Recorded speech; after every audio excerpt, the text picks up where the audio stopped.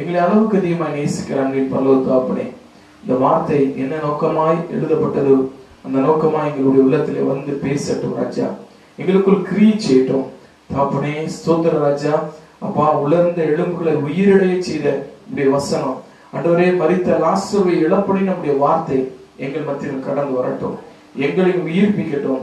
தொடர்ந்து உடைய வார்த்தையினால் எங்களை பலப்படுத்தும்படியாய், நிலைப்படுத்தும்படியாய், உடைய வார்த்தையினாலே ஆண்டவரே உமக்கு சாட்சிகளை எங்களை மாற்றும்படியாய் கர்த்தர் எங்கள் உள்ளங்களிலே ஆண்டவரே உடைய வார்த்தையினாலே இடைவிடுங்கப்பா. தொடர்ந்து உடைய வசனத்துக்கு எங்களை தாழ்த்தி ஒப்புக் கொடுக்கிறோம். அன்பின் ஆவியானவர் எங்களோடு இடைபட எங்களை முற்றிலுமாய் ஒப்புக் கொடுக்கிறோம். அன்பின் மீட்பர் இயேசுவின் நாமத்தில் எங்களை அர்ப்பணித்து ஜெபிக்கிறோம் எங்கள் அன்பு பிதாவே, ஆமென். ஹல்லேலூயா, ஹல்லேலூயா. இந்த வேளையில கூட எரேமியா 33:6 ஆண்டு தெளிவாக நமக்கு சொல்ல வரும்போது ஒரு காரியம், நான் அவர்களுக்கு ஆரோக்கியம் சௌக்கியமும் ஆரோக்கியமும் வர பண்ணி அவர்களை குணமாக்கி பரிபூர்ண சமாதானத்தையும் சத்தியத்தையும் வெளிப்படுத்துவேன். பரிபூர்ண சமாதானம் சத்தியத்தை வெளிப்படுத்துவேன் என்று கர்த்தர் சொல்கிறார். அதோட நிறுத்தல 7ஆம் வசனத்தை எரேமியா 33:7 வாசித்தீங்கன்னா, அவர்களுடைய சிறையிருப்பை திருப்பி அவர்களை கட்டுவிப்பேன் என்று சொல்கிறார். அதே போல 8ஆம் வசனத்தில் அவருடைய அக்கிரமங்களை நீக்கி சுத்திகரித்து அவருடைய குற்றங்களையும் துரோகங்களையும் மன்னிக்கிற தேவனாய் ஆண்டவர் இருக்கிறார். அப்ப இத்தனை காரியம் நம்முடைய வாழ்க்கையில கர்த்தர் செய்ய விரும்புகிறார். ஆண்டவர் நமக்குள்ள முதலாவது ஆரோக்கியத்தையும் சௌக்கியத்தை என்ன செய்தவர் வர பண்ணுகிறார். ஏன் ஆரோக்கியம் சௌக்கியம் வர பண்ணுகிறார் அப்படின்னு பார்த்தோம்னா, நம்முடைய ஆதி தகப்பனாகிய ஆதாம் ஏவாள் செய்த பாவமானது இந்த பூ உலகத்துக்கு எதை கொண்டு வந்தது என்று சொன்னா, தேவனுடைய நியாய தீர்ப்பை கொண்டு வந்தது. தேவனுடைய ஆமா, இந்த உலகத்துல பாவம் செய்கிற ஆத்மா சாகவே சாகும் என்று கர்த்தர் முதலாவது சொன்ன நபர் யாரிடத்துல சொன்னார் என்று சொன்னா, ஆதாம் ஏவாள் இடத்துல. இந்த கனியை புசிக்கிற நாளிலே நீ சாகவே சாவா என்று கர்த்தர் யாரிடத்துல சொன்னாங்க? இந்த ஆதாம் ஏவாள் இடத்துல. சரி, இதே இந்த ஆண்டவர் ஏன் இதை சொன்னாங்கன்னு பாத்தீங்கன்னா, அந்த கனியை புசிக்கிற நாள்ல என்ன நேரிடும்? நமக்கு என்ன நேரிடும்? சாவு நேரிடும். சாவு என்ன செய்யணும்?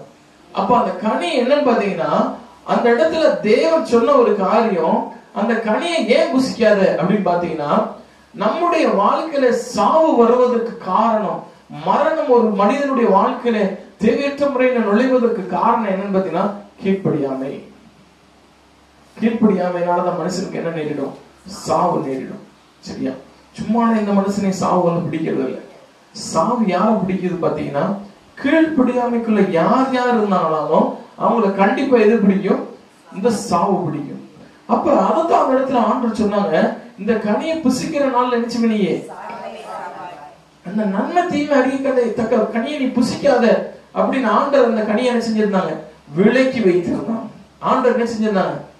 விலக்கி வச்சிருக்காங்க. இன்னைக்கு கர்த்தர் நம்முடைய வாழ்க்கையில சில காரியங்களை நமக்கு எச்சரித்து, இதை செய்யாத, இங்க போகாத, இதை பண்ணாதே எச்சரிக்கிறார்.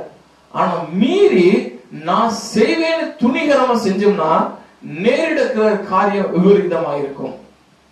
நேரிடுகிற காரியம் விபரீதமா இருக்கு. நிறைய பேருக்கு இது புரியறதே இல்லை. நிறைய பேருக்கு இது என்ன செய்யறது இல்லை, புரியுறது இல்லை. ஏதோ ஆண்டவர் சொல்றாரு, அதெல்லாம் நமக்கு என்ன செய்யாது, ஒண்ணும் நடக்காது அப்படின்னு நினைச்சிட்டு இருக்கோம். ஆனா ஆண்டவர் நம்ம என்ன செய்யறாரு?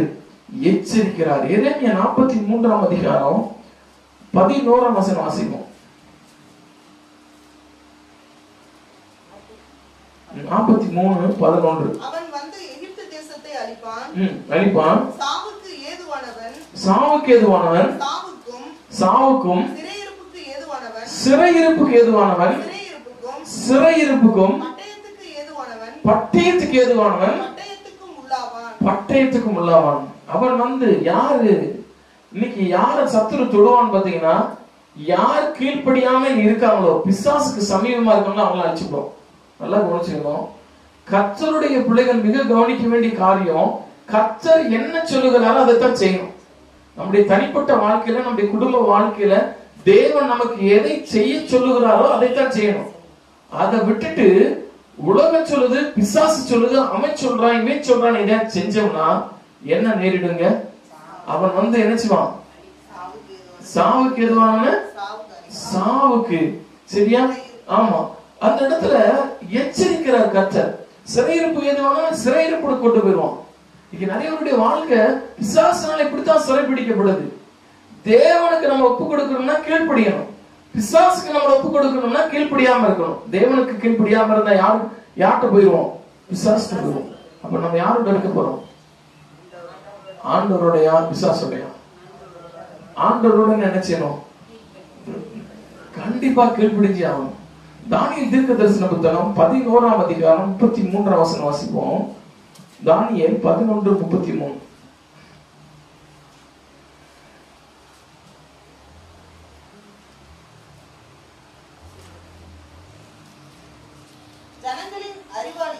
ஜனங்களின் அறிவாளிகள் அநேகருக்கு அறிவை உணர்த்துவார்கள். அநேகரால் மட்டும் பட்டயத்தினாலும் அக்கினியினாலும் சிறையிருப்பினாலும் கொள்ளையினாலும் விழுவார்கள். இந்த கடைசி காலம் ரொம்ப மோசமான காலம். இந்த கடைசி காலத்தை குறித்து தான் தானியேல் தீர்க்கதரிசி அன்னைக்கு என்ன செஞ்சிட்டாரு? எச்சரிப்பு கொடுத்துட்டாரு. என்ன எச்சரிப்பு கொடுத்துட்டாரு? ஜனங்கள் இந்த கடைசி நாட்கள்ல என்ன நேரிடுங்கிறத அவர் என்ன செஞ்சிருக்கிறாரு? ஒரு நிழலா என்ன செஞ்சிருக்கிறாரு? நிஜமான காரியத்தை அங்க என்ன செஞ்சிருக்காரு? பதிவு செய்து வைத்திருக்கிறார் ஆவியானவருடைய துணை கொண்டு. ஜனங்களின் அறிவாளிகள் அநேகருக்கு அறிவை உணர்த்துவார்கள்.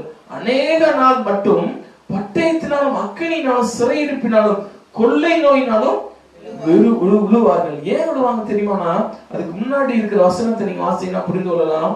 உடன்படிக்கைக்கு துரோகிகளாய் இருக்கிறவர்களை இச்சக பேச்சினாலே கள்ள மார்க்கத்தாராக்குவான். தங்கள் தேவனை அறிந்திருக்கிற ஜனங்களை தினம் கொண்டு அதற்கேற்றபடி செய்வார்கள். இங்க பாத்தீங்கன்னா இந்த கடைசி காலத்துல இருக்கக்கூடிய அருவருப்பு, அதுக்கு முன்னாடி வசனத்தை வார்த்தையினால் புரிந்து கொள்ளலாம். ஆனாலும் அவளிடத்திலிருந்து புறப்பட்ட சேனைகள் எழும்பி அரணான பரிசுத்த ஸ்தலத்தை பரிசுத்த குலைச்சலாக்கி அன்றாட பலியை நீக்கி பாழாக்கும் அருவருப்பை அங்கே நினைச்சுவாங்க வைப்பார்கள். இந்த கடைசி நாட்கள்ல நடக்கக்கூடிய காரியங்களை தான் தானியேல் தீர்க்கதரிசி அன்னைக்கு சொல்லி வச்சுட்டு போட்டார்.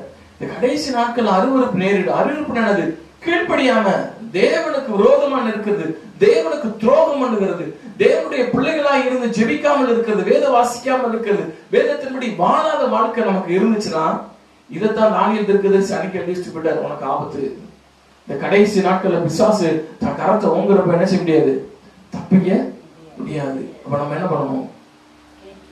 முதலாவது கர்த்தருடைய பிள்ளைகளா இருக்கிற நீங்கள் நானும் கீழ்ப்படிய பழகணும். எதுக்கு என்ன பண்ணணும்? கீழ்ப்படிய பழகணும். அநேக நேரங்கள்ல பாத்தீங்கன்னா நம்முடைய கீழ்ப்படியாமையினால் அநேக நேரங்கள்ல தான் என்ன செய்யணும் பார்த்தீங்கன்னா பலவீனங்களை இழுத்துக் கொள்கிறோம். பலவீனங்கள் வர்றதுக்கு காரணம் என்ன தெரியுமானா? கீழ்ப்படியாமை. கர்த்தருக்கு கீழ்ப்படிஞ்சோம்னா எதுவும் ஒண்ணு செய்யாது. COVID-19 ஒண்ணும் செய்யாது, எந்த விச காய்ச்சலும் ஒண்ணும் பண்ணாது. ஆனா கீழ்ப்படியலைன்னா இவைகள் எல்லாம் நம்ம ஆளுகை செய்ய முயற்சி பண்ணும். இவைகள் நம்ம என்ன செய்ய ஆளுகை செய்ய முயற்சி பண்ணும். சரி, இப்ப தேவனுடைய ஆரோக்கியத்தை பெறணும்னா என்ன செய்யறது அப்படின்னு பார்த்தோம்னா, நீதிமொழிகள் 4ஆம் அதிகாரம் 22ஆம் வசனம்.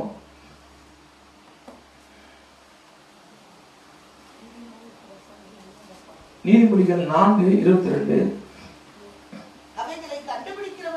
அவைகளை கண்டுபிடிக்கிறவர்களுக்கு அவைகள் ஜீவனும் அவர்கள் உடலுக்கெல்லாம் என்னது? ஆரோக்கியமா. ஹல்லேலூயா. அவர் ஆண்டவர் எதை சொல்ல விரும்புறாரு அப்படின்னு பாத்தீங்கன்னா 20ஆவது வசனத்துல, என் மகனை என் வார்த்தைகளை கவனி, என் வசனங்களுக்கு உன் செவியை சாய். ஆண்டுடைய வசனங்களுக்கு நம்முடைய செவியை நினைச்சிடும் சாய்க்கணும். டெய்லி உட்கார்ந்து எத்தனை பேர் பைபிள் படிக்கணும்? நமக்கு தெய்வீக சுகம் வேணும். அதுக்காண்டி என்ன செய்யறோம்? ஆண்டோட ஜெபம் பண்றோம். நல்லது. சரியா? நீங்க என்ன செய்றாங்க? அந்த மருந்தை சாப்பிட்டா நல்லா இருக்க முடியுமா? இந்த மருந்தை சாப்பிட்டா நல்லா இருக்க முடியுமா? அந்த டாக்டர்கிட்ட ஊசி போட்டா தப்பிச்சிருவோமா? இந்த டாக்டர்கிட்ட ஊசி போட்டா தப்பிச்சிருவோம் முயற்சி பண்றோம். இல்ல, நமக்கு மருந்து ஆண்டவராகிய இயேசு கிறிஸ்து மட்டும்தான். அவர் நமக்கு கொடுத்திருக்கிற வசனங்கள் தான் நமக்கு மருந்து. சரியா? அதைத்தான் சொல்லப்பட்டிருக்கு. அவைகளை கண்டுபிடிக்கிறவர்களுக்கு என்ன போட்டிருக்கு? ஜீவனும் அவருடைய உடலுக்கெல்லாம் ஆரோக்கியம். சரியா? ஜீவனும் ஆரோக்கியம் நமக்கு கிடைக்கணும்னா என்ன செய்யணும்? வேத வசனத்துக்கு அன்றாட என்ன செய்யணும்? செவி கொடுக்கணும். என் வார்த்தைகளை கவனி. என் வார்த்தைகள் நினைச்சு ஆண்டு சொல்றாரு கவனி. ஆண்டுடைய வார்த்தையை யார் யாரெல்லாம் கவனிக்கிறோம் அப்படின்னு என்ன அர்த்தம் பாத்தீங்கன்னா, அப்படி கேட்கறது இல்ல, கீழ்ப்படிகிறது. கவனின்னு என்ன அர்த்தம்? கீழ்ப்படிதல். சரியா? அங்க இதுல எல்லாம் போனீங்கன்னு வச்சுங்களேன், பெரிய பெரிய நகரங்கள்ல எல்லாம் போனீங்கன்னா நில், கவனி, செல் அப்படின்னு 3 லைட் போடுவாங்க. கேள்விப்பட்டிருக்கீங்களா? நிக்கணும்னு நினைச்சேனும் ரெட் கலர்ல ஒரு லைட் போடுவாங்க. எல்லோ கலர் லைட் போட்டா என்னச்சுன்னா கவனி. சரியா? கிரீன் கலர் லைட் போட்டா என்னச்சுன்னா ஆமா. ஆனா இந்த எல்லோ கலர் லைட் போடுறப்ப ரொம்ப கவனிக்க ஆரம்பிச்சிடணும். ஏன் தெரியுமா? அடுத்து முக்கியமான ஏதோ சிக்னல் போட போறோம். சரியா? இன்னைக்கு நிறைய பேர் என்ன தெரியுமானா, கவனினா என்னன்னு பாத்தீங்கன்னா வந்து கேட்க கூட செய்யறது இல்ல, வேதத்தை வாசிக்க கூட செய்யறது இல்ல. ஆனா ஆண்டவருடைய வசனங்களுக்கு யார் யார் கீழ்ப்படுகிறாங்களோ, கவனித்தல் என்னன்னு பாத்தீங்கன்னா கீழ்ப்படிதல். கீழ்ப்படுகிறவங்களுக்கு அவங்களுடைய சரீரத்துக்கு எல்லாம் அந்த வசனம் என்ன மாறிடும்? ஆரோக்கியமா மாறிடும். சத்தமா அலையிலே சொல்லுங்க. யோவான் சுவிசேஷம் 1ஆம் அதிகாரத்துல அங்க சொல்லப்பட்டிருக்கு, ஆதியிலே வார்த்தை இருக்கு, அந்த வார்த்தை தேவனிடத்தில் இருந்து, அந்த வார்த்தை தேவனா இருந்தது. சரியா? அந்த வார்த்தையே தேவனா இருந்தது. இந்த வசனம் பூராமே தேவன் தான். சரியா? வேர்ட் ஆஃப் காட் அப்படின்னு சொல்லப்பட்டிருக்கு. சரியா? இந்த வசனம் அனைத்துமே தேவன் தான். இந்த வசனத்தை நம்ம அன்றாட என்ன வாசிக்கணும். நம்ம நல்ல சுகத்தோடு இருக்கணும், நிம்மதியா இருக்கணும்னா முதல் வாசிக்கணும், ரெண்டாவது கீழ்ப்படியும். ரெண்டாவது என்ன செய்யணும்? இந்த வாசித்தல வசனங்களை நிறுத்தி பொறுமையா நிதானமா வாசிக்கணும்.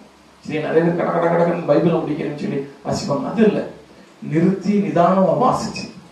சங்கீதம் 1 சொல்லப்பட்டபடி துன்மார்க்கருடைய ஆலோசனையில் நடவாமலும், பாவியருடைய வழியில் நில்லாமலும், பரியாசக்கார உட்காரும் இடத்தில் உட்காராமலும் இருந்து, கர்த்தருடைய வேதத்தில் பிரியமாய் இருந்து, இரவும் பகலும் வேதத்தில் தியானமாய் இருக்கிற மனுஷன் பாக்கியவான். அப்ப என்ன செய்யணும்? ராத்திரி பகலா உட்கார்ந்து வசனத்தை வாசிக்கணும். வசனத்துல என்னதான் அவன்கிட்ட சொல்லி கொடுத்திருக்கிறாரு, ஏன் வசனத்தை அவன் கையில் கொடுத்தாரு, நீக்காச்சும் உட்கார்ந்து நம்ம திங்க் பண்ணிருக்கோமா, வாசிக்கிறோமா? விருப்பம் வேணும். வசனத்தின் மேல நமக்கு என்ன வேணும்? விருப்பம், ஒரு தாகம் வேண்டும். அந்த தாகத்தோட வசனத்தை படித்து அந்த வசனத்துக்கு அப்படியே என்ன செய்யணும்? கீழ்ப்படி. ஏன்னா ஆண்டவர் தெளிவா சொல்றார், வசனத்தை கேட்கிறவர்களாய் மாத்திரமல்ல அதன்படி செய்கிறவர்களாய் இருங்கள். இங்க நிறைய பேருக்கு பைபிள் வசனம் நல்லா தெரியும், அது மேட்டர் இல்ல. ஆனா வசனத்தின்படி என்ன செய்யணும்? நடக்கணும். சரியா? ஆண்டவர் வேதத்துல அதுதான் சொன்னாரு. வசனத்தின்படி நடக்கிற ஒரு வாழ்க்கை யாருக்கு தேவை? நம்ம ஒவ்வொருத்தருக்கும் தேவை. யாருக்கு தேவை? அப்ப வசனத்தின்படி என்ன செய்யணும்? நம்ம வாழ்ந்தோம்னா இந்த வசனம் நமக்கு ஆரோக்கியம். இந்த வசனம் நமக்கு என்னது? ஆரோக்கியம். அதனாலதான் 100க்கு அதிபதி ஒருத்தர் என்ன செஞ்சாரு, 100 மனிதர்கள் ஒரு கீழே வேலை செய்யறாங்க. அவர் ஆண்டுகிட்ட வர்றாரு. எதுக்காக?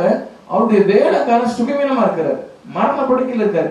எப்படியாவது அந்த வேலைக்காரன் என்ன செய்யப்படணும்? சொச்சமான ஆண்டுட்டு வர்றாரு.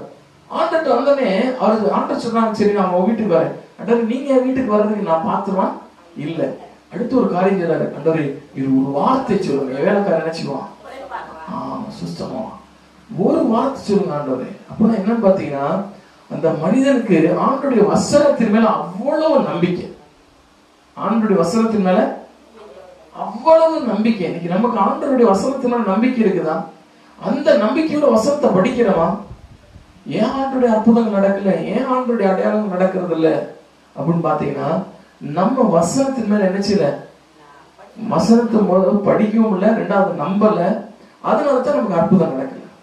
வசனத்தை முதல் படிக்கணும், நம்புறப்ப கர்த்தர் நமக்கு நினைச்சுவாங்க, அற்புதங்களை செய்வாங்க. அதனால நம்ம ஆரோக்கியமா இருக்கலாம். அதனால நம்ம எப்படி இருக்கலாம்?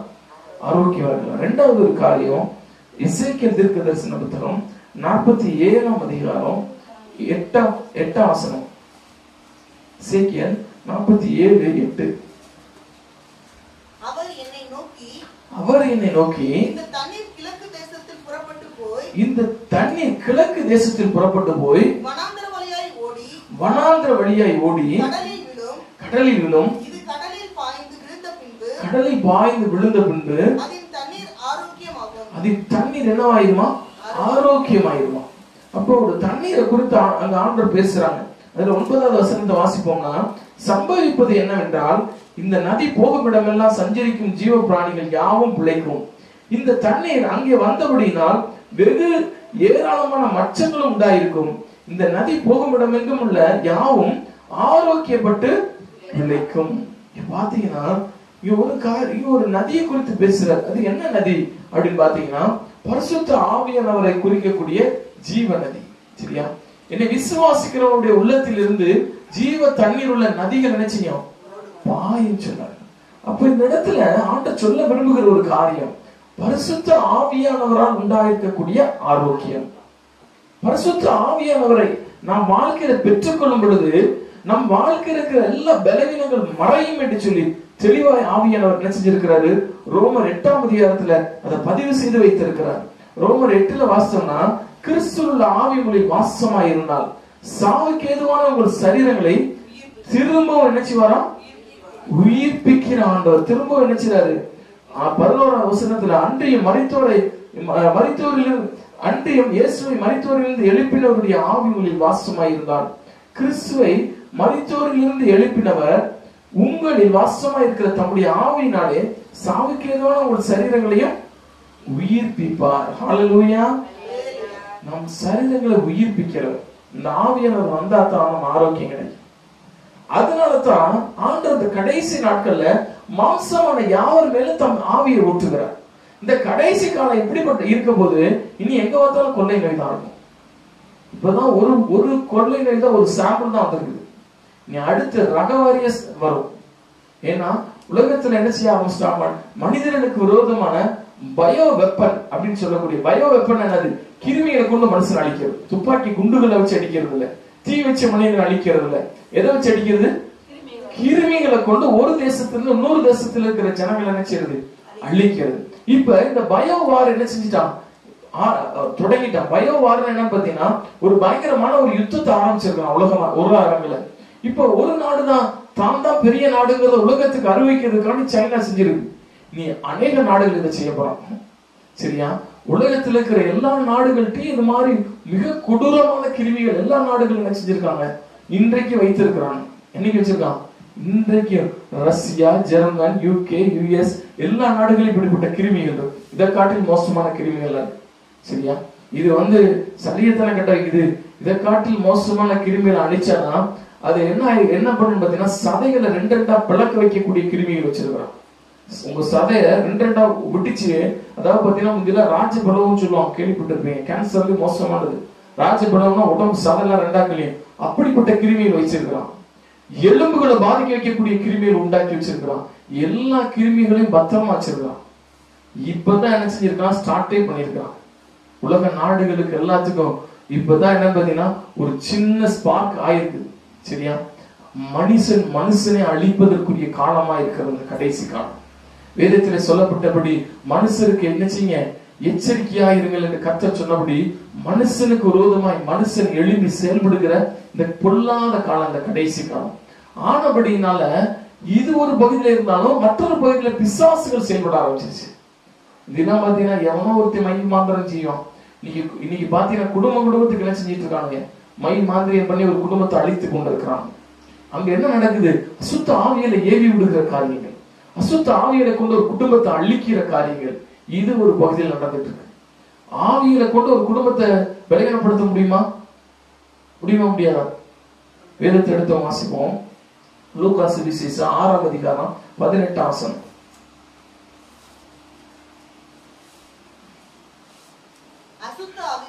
அசுத்த ஆவிகளால் பாதிக்கப்பட்டவர்களும் வந்து ஆரோக்கியம் அடைந்தார்கள். இங்க பாத்தீங்கன்னா அசுத்த ஆவிகளை வைத்து கூட என்ன செஞ்சு விட்டுருவாங்க?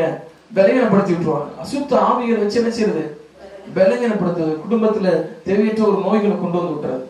இந்த காலங்கள்ல நம்ம வாழணும், நிற்கணும், கர்த்தருக்காக சாட்சியா எழும்பணும்னா பரிசுத்த ஆவியானவர் இல்லாம அந்த காரியம் நடக்காது. எத்தனை பேர் நம்புறீங்க? அவங்க சத்தம் அடையிலே சொல்லுமே. அப்ப இந்த பரிசுத்த ஆவியானவர் இந்த கடைசி நாட்கள்ல இதுக்காகத்தான் முகாந்திரமா யார் மேல் ஊற்றப்படுகிறார். யாரெல்லாம் ஆண்டவர்கிட்ட தாகத்தோட கேட்கிறோமோ, மானானது நீரோடைகளை வாஞ்சித்து கதறுவது போல ஆண்டவரை நோக்கி கதறணுமோ, அவங்களுக்கு எல்லாம் கர்த்தர் தம்முடைய ஆவியை ஊற்றுகிறார். எதுக்காக? இப்படிப்பட்ட கொள்ளை நோய்கள், இப்படிப்பட்டதான பிசாசுகளுடைய தாக்குதல்கள் இருந்து நம்ம காப்பாற்றப்படுவது. சரியா? அப்ப நம்ம என்ன செய்யணும்? ஆண்டவர்கிட்ட, ஆண்டவரே இப்படி பரிசுத்த ஆவி எனக்கு தாங்க ஆண்டவரே, எனக்கு தாங்க ஆண்டவரே. முழங்கால நிக்கணும். அதிகாலையில எழுந்து என்ன செய்யணும்? ஒரு 4 மணிக்கெல்லாம் எந்திரிச்சு என்ன செய்யணும்? ஜெபிக்க ஆரம்பிக்கணும். 3 மணிக்கு ஜெபிக்கணும். அப்படிலாம் ஜெபிக்கிறப்ப கர்த்தர் தம்முடைய ஆவி நினைச்சவரு ஊற்றுவார். நீங்க நம்ப மாட்டீங்க, நான் பரிசுத்த ஆவியானவரை பெற்றுக் கொள்வதற்காக ராம் முழுவதும் பல மாதங்கள் பிடிச்சு கிடந்து, ராம் முழுவதும் பல மாதங்கள். எங்க வீட்டுல என்ன நினைச்சிருப்பான், எங்க MCA ஃபர்ஸ்ட் இயர் அங்க படிச்சுட்டு இருக்காங்க. அங்க போய் நான் செஞ்ச வேலை என்னன்னு பாத்தீங்கன்னா, ராத்திரி பூரா சுத்துவேன். ஆண்டவரே நீ அபிஷேகம் பண்ணாலே விட மாட்டேன். ராத்திரி பூரா சுத்துவேன். அபிஷேகத்துக்காக திருச்சபை ஒவ்வொரு சபைகள் நோக்கி ஓடுவேன். ராம் முழுவதும் முடிச்சு கிடப்பேன். ஒரு நாள் நான் நினையாத வேளையில தேவன் விசேஷித்த அபிஷேகத்தை எனக்கு கொடுத்தாங்க. அந்த நாள்ல இருந்து இந்த நாள் வரையும் கர்த்தருக்காக நிற்பதற்கு ஆண்டவர் பலன் கொடுக்கிறார். எத்தனையோ சூழ்நிலைகள், நெருடான சூழ்நிலைகள், பள்ளங்கள், மேடுகள் எல்லாவற்றையும் கடந்து ஜெயம் பெறுவதற்கு கர்த்தர் அனுகிரகம் செய்கிறார். காரணம் என்னன்னு பாத்தீங்கன்னா, பரிசுத்த ஆவியானவர் நமக்கு அவ்வளவு முக்கியமானவர். நம்ம உயிரை காட்டிலும் மேலானவர். நம்ம ஒவ்வொருவரும் அதுக்காக நினைச்சினோம், வாஞ்சித்து கதறன் ஆண்டவர் நினைச்சினோம். ஆண்டவரே நீங்க தந்தாலே ஒழிய உங்களை விட்டவே மாட்டேன். ஆண்டவரே போராடம் அபிஷேகத்தை எனக்கு தாங்க, அந்நிய பாசம் வரத்தோட எனக்கு நினைச்சீங்க தாங்க. ஆண்டவரே யோசிச்சு பாருங்க, இன்னைக்கு வெளியில போக முடியல. அவன் கையை எடுத்து அவன் வாயில வைக்கிறதுக்கு கையை கழுவு சொல்றான். சுதந்திரம் அனைத்தும் பறி போயிருக்குது. சரியா? உங்களுக்கு இங்க வெளியில போயிட்டு வந்தாங்க என்னன்னு பாத்தீங்கன்னா, உங்க கையை எடுத்து உங்க கண்ணில் வைக்க முடியல, உங்க வாயில வைக்க முடியல. ஏன் தெரியுமா? அங்க தொட்டா இது வந்துருது, அங்க தொட்டா இது வந்துருன்னு சொல்லி என்ன செஞ்சுட்டு இருக்கான், சொல்லிக்கிட்டு இருக்கிறான். அப்ப இப்படிப்பட்டதான ஒரு பாதுகாப்பற்ற ஒரு நாட்கள்ல நம்ம வாழ்ந்து கொண்டிருக்கிறோம். வேதம் சொல்லுகிறபடி நாட்கள் பொல்லாதவைகள் ஆனபடியா காலத்தை பிரயோஜனப்படுத்திக் கொள்ளுங்கள் என்று சொன்னார். பொல்லாத நாட்கள்ல நீங்கள் நானும் வாழ்ந்து கொண்டிருக்கிறோம். இந்த பொல்லாத நாட்கள்ல நம்ம ஆரோக்கியமா வாழணும்னா இந்த பரலோக நதியாகிய பரிசுத்த ஆவியானவர் நம்முடைய உள்ளங்களில் வாழணும், நம்முடைய இருதயங்களில் ஊற்றப்படணும். இவர் வரும் பொழுதுதான் நமக்கு ஆரோக்கியம், நம் மூலமா அநேகருக்கு ஆரோக்கியம். வேதத்துல யோசேப்பு என்கிற மனிதன் மேல் தேவன் இந்த ஆவியை ஊற்றியிருந்தார். அது நிமித்தமாய் எகிப்துல வர இருந்த ஒரு கொடுமையான அழிவிலிருந்து எகிப்து ஜனங்கள் பாதுகாக்கப்பட்டனர். அருமையான தாவீது மேல் இந்த பரிசுத்த ஆவியானவரை தேவன் ஊற்றியிருந்தார். அது நிமித்தமாய் பெலிஸ்தியனையும் பெலிஸ்தியருடைய சேனைகளாகிய அனைத்தையும் முறியடிக்கக்கூடிய ஒரு பராக்கிரமசாலியாய் ஒரு தாவீது மாறினார். காரணம் என்னன்னு பாத்தீங்கன்னா, ஆவியானவர் வரும் பொழுது நம்மை விடுதலையாக்குவார், நம் மூலமாய் அநேகரை விடுதலையாக்குவார். அவர் ஆரோக்கியத்தின் ஆவியானவர். அவர் பேர் சொல்லணும்னா என்னன்னு பாத்தீங்கன்னா, அவரு ஆரோக்கியத்தின் ஆவியானவர். அவர் எப்படிப்பட்ட ஆவியானவர்? ஆரோக்கியத்தின் ஆவியானவர். நமக்குள்ள ஆரோக்கியத்தை பெருக பண்ணுவார், நமக்குள்ள ஆரோக்கியத்தை நினைச்சு அவர் பெருக பண்ணுவார். அப்ப ஆவியானவர் இருந்தாலும் நமக்கு ஆரோக்கியம். அதே போல மல்கியா தீர்க்கதரிசன புத்தகம் 4ஆம் அதிகாரம் 2வது வசனம், என் நாமத்துக்கு பயந்திருக்கிறவங்க மேல் நீதியின் சூரியன் உதிக்கும், அதன் செட்டின் கீழ் ஆரோக்கியம் இருக்கும், நீங்கள் வெளியே சென்று கொளுத்த கன்றுகளை போடாதீர்கள். முதலாவது சொன்ன வேதத்தை வாசிக்கணும், ஆரோக்கியம் வேணும்னா. 2வது பரிசுத்த ஆவியானவரை பெற்றுக்கொள்ளணும். 3வது ஒரு காரியம், கர்த்தருக்கு பயப்படுகிற ஒரு வாழ்க்கை. என் நாமத்துக்கு பயந்திருக்கிற உங்கள் அப்படிப்பட்ட ஒரு மேல்தான் கர்த்தரா இயேசு கிறிஸ்துவானவர் ஒதுக்கி வச்சுவார். கர்த்தருக்கு பயப்படுகிறவரோட தான் கர்த்தர் இருப்பார். எல்லாரோடய நினைச்ச மாட்டார், கர்த்தர் இருக்க மாட்டார். நிறைய ஒரு கற்பனை என்னன்னு பாத்தீங்கன்னா, துன்மார்க்கமா வாழ்ந்துட்டு கர்த்தர் என்னோட இருக்கிறார் நினைச்சுட்டு இருந்தோம்னா அது நம்முடைய மாயையான சிந்தனை. அப்படி அல்ல. கர்த்தர் யார் மேல் தம்முடைய ஆரோக்கியத்தை ஊற்றுகிறார் என்று சொன்னால் அவருக்கு பயப்படுகிற பயத்தோடு இருக்கிற பிள்ளைகள். அவருக்கு பயப்படுகிற பயம் யார்கிட்ட இருக்கணும்? நாம ஒவ்வொருத்தட்டும் இருக்கணும்.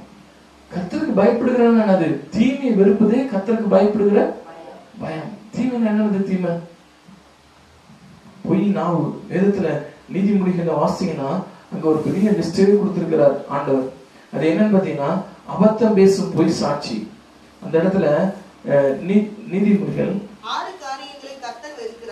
காரியங்களை கர்த்தர் வெறுக்கிறார், 7 அவருக்கு அருவருப்பானது, அவையாவன. நீதிமொழிகள் 6ஆம் அதிகாரம் 16ஆம் வசனம். மேட்டிமையான கண் 17.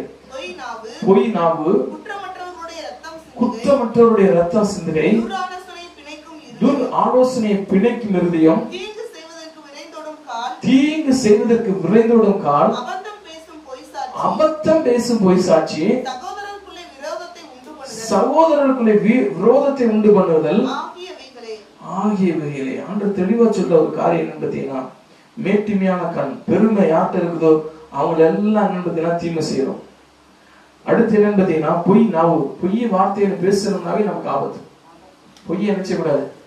ஆமா, சரியா? பொய் பேசுற வாய்க்கு போஜனம் கிடைக்காதுன்னு சொல்லுவாங்க, கேள்விப்பட்டிருக்கீங்களா? பொய் பேசுனா நம்ம சாப்பாடு கூட இறந்து போயிடுவோம். நம்முடைய வாழ்க்கையில மிக கவனம், சரியா? பொய்யை குறித்து பொய் யாருக்கு சொந்தமானது? பிசாசுக்கு. அவன் பொய்க்கு பிதான் வேதத்துல சொல்லப்பட்டது. அப்ப பொய் நாம நமக்கு நினைச்சக்கூடாது. விளையாட்டு கூட பொய் பேசி படக்கூடாது. விளையாட்டு கூட நினைச்சக்கூடாது, பொய் பேசக்கூடாது. அடுத்து குற்றமற்றவருடைய ரத்த சிந்தை, தப்பே செய்யாதவங்களை போய் நினைச்சிருது, தண்டி இது பண்றது, அவங்கள போய் குற்றப்படுத்துறது, அவங்கள போய் வேதனைப்படுத்துறது. ஆண்டவர் இயேசு கிறிஸ்துவர் எந்த தப்புமே செய்யல. அவர் போய் என்ன செஞ்சாங்க? சிலுவையில் அறைஞ்சாங்க. சரியா? அப்ப அப்படிப்பட்ட காரியம் நம்மள நினைச்சக்கூடாது. நல்லவங்களுக்கு விரோதமான என்னைக்கு நம்ம நினைச்சக்கூடாது, எந்த காரியங்களும் செய்யக்கூடாது. அதே போல துரு ஆலோசனைகளை பிடிக்கும் இருதயம். துரு ஆலோசனை அது கெட்ட ஆலோசனைகளை உட்கார்ந்து யோசிக்கிறது, கெட்டதையே உட்கார்ந்து யோசிக்கிட்டே இருக்கிறது. இதெல்லாம் என்ன பார்த்தீங்கன்னா தீங்கானவைகள். இந்த தீங்கானவை நம்ம செய்யக்கூடாது. அடுத்து தீங்கு செய்வதற்கு விரைந்தோடும் கால். இன்னைக்கு யாருக்காச்சும் ஏதாவது தப்பு, யாராச்சும் தீங்கு செய்வதற்காக நினைச்சிருது, ரொம்ப பிரயாசப்படுறது. யாருக்காவது தீங்கு வரணுங்கிறதுக்காக நினைச்சுவாங்க. பாத்தீங்கன்னா எப்படி வேணா நடிப்பாங்க. ஒருத்தர் அடிச்சு வீழ்த்துறதுக்காண்டி என்ன வேணா, ஒண்ணு தான் சண்டை போடலாம், இல்லைன்னா யாராச்சும் மூட்டி விட்டே சண்டை அடிக்க விட்டுறாங்க. அப்படிலாம் நினைச்ச கூடாது, செய்ய கூடாது. அதுக்கடுத்து அபத்தம் பேசும் பொய் சாட்சி. அபத்தம் நினைச்ச கூடாது. மற்றவங்களுக்கு பொய் சாட்சி நினைச்ச கூடாது, சொல்லக்கூடாது. மற்றவங்க செய்யாதது போய் இவங்க செஞ்சாங்க நான் பார்த்தேன்னு நினைச்ச கூடாது, சொல்லவே கூடாது. அபத்தம் பேசும் பொய் சாட்சி. ஒருத்தவங்க செய்யாத ஒண்ணு நம்ம செஞ்சவங்க நினைச்ச கூடாது, சொல்லக்கூடாது. அதுக்கடுத்து பாத்தீங்கன்னா சகோதரருக்குள்ளே விரோதத்தை உண்டு பண்ணுதல். ஒரு அன்பான இருக்கிற இடத்துல போய் என்ன செய்யக்கூடாது? பிரிவினைகள் உண்டாக்க கூடாது. பிரிவினைகள் என்ன செய்யக்கூடாது? சண்டை உண்டாக்கி அவங்களை பிரிக்க கூடாது. சரியா? இந்த வேலைகள்லாம் செஞ்சோம்னா இவை அனைத்து தீங்கானவை. இவையெல்லாம் செஞ்சோம்னா நம்ம கிட்ட கர்த்தருக்கு பயப்படுகிற பயம் இல்லை. சரியா? அப்ப இவையெல்லாம் நினைச்ச கூடாது, செய்ய கூடாது. ஏன்னா என் நாமத்துக்கு பயந்திருக்கிற மேல்தான் நீதியின் சூரியனாகி ஆண்டவர் இயேசு கிறிஸ்து உதிப்பார். அவர் செட்டைகளுக்குள்ளதான் என்ன இருக்குது? ஆரோக்கியம். அதைத்தான் உன்னதமானவரின் மறைவில் இருக்கிறவன் சர்வ வல்லவருடைய நிழலில் தங்குவான் என்று கர்த்தர் சொல்றார். அப்ப நம்ம என்ன பண்ணணும்? கர்த்தருக்கு பயப்படணும். கர்த்தர் என்ன சொல்றாங்களோ அதை மட்டும் தான் செய்யணும். கர்த்தர் சொல்லாததெல்லாம் செய்யக்கூடாது, சொன்னதை செய்யாம இருக்க கூடாது. சரியா? அப்ப இதுதான் மிக கவனம். சரியா? வார்த்தையை, கர்த்தருடைய வார்த்தையை மீறி என்ன செய்யக்கூடாது, எதுவும் செய்ய கூடாது. மிக கவனம். சரியா? அப்படி இருந்தோம்னா நமக்கு என்ன கிடைக்கும்? ஆரோக்கியம். கர்த்தருக்கு பயந்தா நமக்கு என்ன கிடைக்கும்? ஆரோக்கியம். மத்தேயு சுவிசேஷம் 15வது அதிகாரம் 28வது வசனம். இயேசு அவளுக்கு பிரதியுத்தரமாக, ஸ்திரீயே உன் விசுவாசம் பெரியது, நீ விரும்புகிறபடி உனக்கு ஆக கடவுது என்றார். அந்நேரமே அவள் மகள் என்ன செஞ்சா? ஆரோக்கியமானார். இங்க ஒரு காரியம் என்ன பார்த்தீங்கன்னா, அந்த பெண்ணெடுக்குள்ள இருந்த விசுவாசம். விசுவாசம். இந்த பெண் யார் பார்த்தீங்கன்னா ஒரு கானானிய ஸ்திரீ. அப்படித்தானே? இந்த சகோதரி யார் பார்த்தீங்கன்னா கானான்ல இருந்து, கானானிய ஒரு புறஜாதிய பெண். ஆனா ஆண்டர்ட்ட இருந்து சுகம் கிடைக்குன்னு சொல்லி ஆண்டர்ட்ட என்ன செஞ்சாங்க? தன்னை தாழ்த்தி ஆண்டர்ட்ட கெஞ்சி ஆண்டர்ட்ட என்ன எதை பெற்றுக் கொண்டாங்க? தன் மகளுக்கு தேவையான சுகத்தை ஆண்டர்ட்ட நினைச்சாங்க, பெற்றுக் கொண்டாங்க. எதன் அடிப்படையில?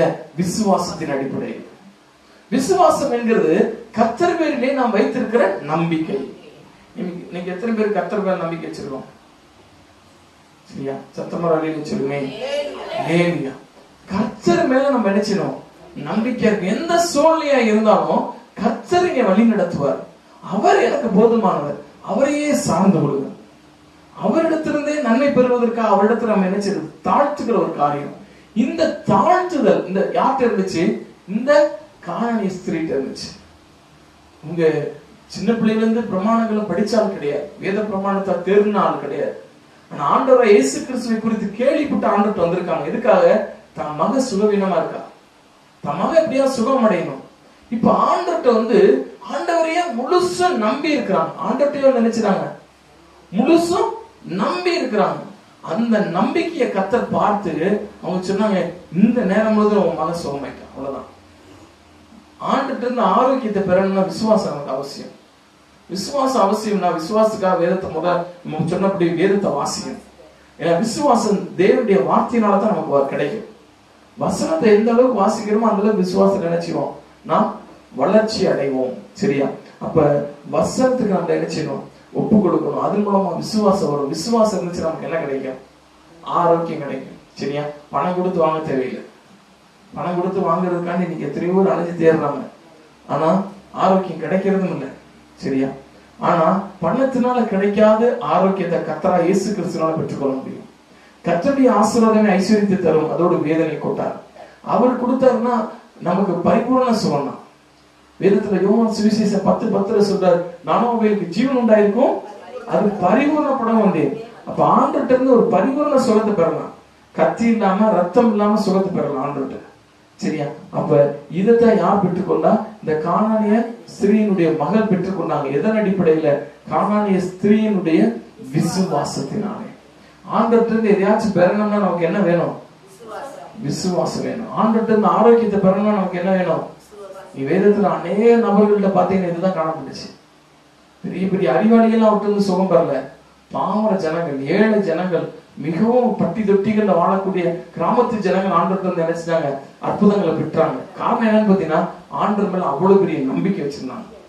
அதனால அவங்களுக்கு என்ன கிடைச்சிச்சு? ஆரோக்கியம் கிடைச்சிச்சு. அப்ப நமக்கு ஆரோக்கியம் வேணும்னா நமக்கு என்ன தேவை? விசுவாசம் தேவை. முதலாவது 4 காரியம் பார்த்தோம். அவருடைய வசனம், ஆரோக்கியம் பெறணும்னா வசனம் தேவை. 2வது அவருடைய பரிசுத்த ஆவியானவர் தேவை. 3வது கர்த்தருக்கு பயப்படுகிற பயம் தேவை. 4வது விசுவாசம் தேவை. 4வது என்ன செய்யணும்? விசுவாசத்தை ஆண்டவர்கிட்ட என்ன செய்யணும்? பெற்றுக்கொள்ளணும். நம்ம இருந்த இடத்துல நம்முடைய கண்களை மூடுவோம். வேலையில கூட ஆண்டவரை நோக்கி பார்ப்போம். பா, இந்த வேலையில கூட சௌக்கியம் ஆரோக்கியம் எனக்கு வருவதற்கு ஆண்டவரே என்னையே பலிபீடத்துல ஒப்பு கொடுக்கிறேன். இந்த நாள் முதல் ஆண்டவரே என்னுடைய வசனத்துக்கு நான் முன்னுரிமை கொடுப்பாப்பா. உடைய பரிசுத்த ஆவியானவருக்கு முன்னுரிமை கொடுப்பாப்பா. உமக்கு பயப்படுகிற பயத்தோடு காணப்படுவேப்பா. 4வது விசுவாசத்தை நினைச்சிருக்கேன் ஆண்டவரே. விசுவாசம் நினைச்சிருக்கேன்ப்பா. உடைய ஆரோக்கியத்தை பெற்றுக் கொள்வதற்கு நீ கற்பித்து கொடுத்திருக்கிற அந்த 4 வழிகளை நான் பின்பற்றுவேன். ஆண்டவரே, அதற்கு விரோதமான எல்லா காரியத்தை இடத்துல அகற்றி போடுங்க. உங்க ரத்தத்தினால் என்னை கழுவுங்க, நீ சுத்திகரிங்கன்னு சொல்லுவோம். ஆண்டவரே, நீ சுத்திகரிங்க. உம்முடைய ஆரோக்கியத்தை பெற்றுக்கொள்வதற்கு தடையா இருக்கிற என்னுடைய எல்லா குறைகளையும் என்னை விட்டு நீக்கி போடுங்கப்பா. உங்க ரத்தத்தினால கழுவி சுத்திகரிங்கப்பா. எல்லா அக்கிரமங்கள், மீறுதல்கள், குற்றங்கள், துரோகங்களை கர்த்தாவே மன்னித்து உடைய ரத்தத்தினால என்னை கழுவுங்க ஆண்டவரே சொல்லுவோம். கழுவுங்க ஆண்டவரே. அப்பா, எல்லா சிறையிருப்பின் அனுபவங்களை என்னிலிருந்து நீக்கி போடுங்க ஆண்டவரே. நீக்கி போடுங்கப்பா. அப்பனே, அப்பா, உன்னை மறுபடியும் கட்டுவிப்பேன் என்று சொன்னீங்களப்பா. என் வாழ்க்கையை கட்டுவீங்கன்னு சொல்லுவோம். ஆண்டவரே, என்னை கட்டுவீங்க. புது ஆரோக்கியத்தினால, புது பலத்தினால, புது சௌக்கியத்தினால, உடைய பரிபூர்ண சமாதான சத்தியத்தினால நீ கட்டுவீங்க ஆண்டவரே சொல்லுவோம். ஆண்டவரே, எனக்கு உதவி செய்யுங்கன்னு சொல்லுவோம். ஆண்டவரே, எனக்கு உதவி செய்யுங்க. எங்களை அளவுக்கு அதிகமாக நேசிக்கிறார் தகப்பனே. இந்த வேளையில் கூட உடைய வார்த்தையை தியானித்திருக்கிற எங்கள் வாழ்க்கையில உடைய ஆரோக்கியம் சௌக்கியம் கடந்து வரட்டும். அதற்கு தடையா இருக்கிற எங்களுடைய குற்றங்கள், எங்களுடைய குறைகள், எங்களுடைய அக்கிரமங்கள், எங்களுடைய மீறுதல்களை தயவாய் மன்னிங்கப்பா. எசுப்பா, ஒரு விஷயம் மன்னிங்க. உம்முடைய ஆரோக்கியமும் சௌக்கியம் எங்களை ஒவ்வொருவருக்குள்ளே இறங்கட்டும். எங்களை ஒவ்வொருவருக்குள்ளே இறங்கட்டும். இந்த செய்தியை கேட்கிற பார்க்கிற நம்முடைய பிள்ளைகளுடைய வாழ்க்கையில ஒரு பரிபூர்ண ஆரோக்கியம் சௌக்கியம் இறங்கட்டும். உடைய பிள்ளைகளை கடங்கடிக்கிற எல்லா கடங்கடிப்புகளும் இயேசுவின் நாமத்தினாலே விலகட்டும். இந்த நொடி முதல் எந்த சூழ்நிலை, எப்படிப்பட்ட கட்டுகள், எந்த பலவீனங்கள் இருந்தாலும் நாசரேயனாகிய இயேசுவின் நாமத்தினால் மறைந்து போவதாக. தெய்வீக சுகமும் தெய்வீக ஆரோக்கியமும் உடைய பிள்ளைகளுக்கு உண்டாயிருப்பதாக. அப்படியே இந்த வருடத்தின் இந்த 4 மாதங்களை காண செய்து, இந்த மாதத்தினுடைய இந்த கடைசி நாளிலே உம்மை தரிசிக்க செய்த அந்த உன்னத கிருபைகளுக்காக நன்றி செலுத்துகிறோம். நன்றி செலுத்துகிறோம். நாங்கள் இருக்கிறோம் என்பது உடைய கிருபையால் மட்டும் ஆண்டவரே. நாங்கள் இருக்கிறோம் என்பது உடைய இரக்கத்தால் மட்டும் ஆண்டவரே. அதற்கு நாங்கள் நன்றி செலுத்துகிறோம். தொடர்ந்து நீங்கள் தேசத்தில் இருக்கிற அத்தனை கோடி ஜனங்களையும், உலகத்திலே இருக்கக்கூடிய அத்தனை கோடி மக்களையும் கர்த்தர் ஆண்டவரே ரட்சிங்க, காப்பாற்றியர்கள் ஆண்டவரே. ரத்த கொட்டைகளாய் மூடி மறைத்துக் கொள்ளுங்க ஜனங்களை. ஜனங்கள் யாவரும் அறியக்கூடிய அறிவுக்கு ஏதுவாய் கர்த்தர் திருப்பி அருளும்படியாய் கெஞ்சி நிற்கிறேன். முழங்கால் யாவும் முடங்கும், நாவு யாவும் கர்த்தர் என்று அறிக்கைப்படும் சொன்னீங்களே சபா. ஆண்டவரே, அதன்படியாய் இந்த பூமியில் இருக்கிற ஒவ்வொரு ஜனமும் அப்படியே அவரை நோக்கி பார்த்த முகங்கள் பிரகாசம் அடைந்தன, அவை வெட்கப்பட்டு போவதில்லை என்று வாசிக்கிறோம் நினைச்சுகிறேன். அதன்படியாய் கர்த்தாவே ஒவ்வொருவரையும் கர்த்தர் தாமே ஆண்டவரை ஆசீர்வதிக்கும்படியாய் ஆண்டவரே உடைய கரத்திலே தாழ்த்தி ஒப்பு கொடுக்கிறோம். தொடர்ந்து உடைய பிள்ளைகளை பலப்படுத்துங்க, ஆரோக்கியத்தினால் சௌக்கியத்தினால் இடை கட்டுங்க. எல்லா தகப்பனே சமாதான குலைச்சலுக்கு ஏதுவான காரியங்கள் அனைத்தும் இயேசுவின் நாமத்தில் விலகட்டும். பரிபூர்ண விசுவாசம் உடைய பிள்ளைகளுக்கு பெரிய இருக்கட்டும். உடைய பிள்ளைகள் உமக்கென்று எழும்பி பிரகாசிக்கட்டும். தொடர்ந்து உமக்கு சாட்சிகளாய் வளம் வரட்டும். நீர் அப்படியே வைக்க போகிற தயவுகளுக்காக செலுத்துகிறோம். சர்வ வல்லவரும் மீட்பரும் ஆகிய கர்த்தராகிய இயேசு கிறிஸ்து நாமத்தில் ஒப்பு கொடுத்து ஜெபிக்கிறோம். நன்றி பிதாவே. ஆமென். என் ஆத்மாவே கர்த்தரை ஸ்தோத்திரி. என் முழு உள்ளமே அவருடைய பரிசுத்த நாமத்தை ஸ்தோத்திரி. என் ஆத்மாவே கர்த்தரை ஸ்தோத்திரி. அவர் செய்த சகல உபகாரங்களையும் தருவாங்க. ஆமென். நம்முடைய கர்த்தராகிய இருக்கிற இயேசு கிறிஸ்துவின் கிருபையும் பிதாவாகிய தேவனுடைய அன்பும் பரிசுத்த ஆவியானவருடைய அந்யோன்யம் ஐக்கியமும் சமாதான வழி நடத்துதல் நம் ஒவ்வொருவரோடும் நம் குடும்பத்தோடும் தேவ பரிசுத்தவான்களோடும் சதா காண இருப்பதாக. ஆமென். ஹல்லேலூயா.